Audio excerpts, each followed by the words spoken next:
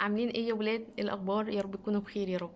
احنا بقى مكملين في سلسله الناس المستهبله، التجار المستهبلين، البائعين المستهبلين، بتوع الكوافرات المستهبلين. رحت امبارح عشان اسال على الاسعار بقى، يعني كل سنه وانتم طيبين والدنيا عيد والليل لطيفه يعني. فسالت واحده هناك فبقول لها اعمال الشنب بكام. فقالت لي المستاش حضرتك ب 80 جنيه.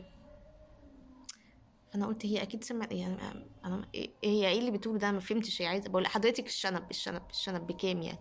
قالت لي ايوه انا بقول لحضرتك المستاج ب 80 جنيه. مستاج؟ هو من امتى يا جماعه؟ مين مسجه يعني؟ هو في ايه؟ هو احنا من ساعه يعني ما لساننا اتعوج وكل حاجه بقت بالغالي ليه؟ فاللي هو 80 جنيه يا بت. 80 هو كان شنب النجعوي 80 جنيه؟ ده احنا كنا زمان بنعمل كل حاجه ب 25 جنيه، ونبقى بصي تبقي خارجه كده من الكوافير وتحسي كده ان انت دافعه ومكلفه. 80 جنيه في حته شنب؟ ها حد قالك ان انا النجعوي بيه؟ ايه ده؟ في ايه؟ وبعدين تعالي هنا بت، تعالي هنا.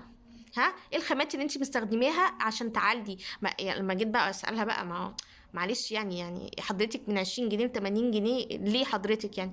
قالت لك كل حاجه غليت. فلو ماشي حضرتك كل حاجه غليت، في خامات غليت ماشي اوكي، ايه بقى الخامه اللي انت بتستخدميها غليت؟ ده هي حته خيط متر في متر.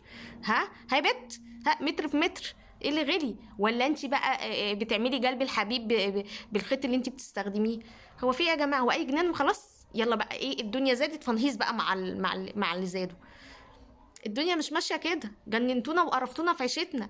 احنا بقى هنروح لحد فين؟ ها لما المستاج بيتعمل ب 80 جنيه يعني؟ وبعدين يا جماعه، وبعدين بقى في الاسعار اللي ما يعلم بها الا ربنا دي، هتوقفونا امتى؟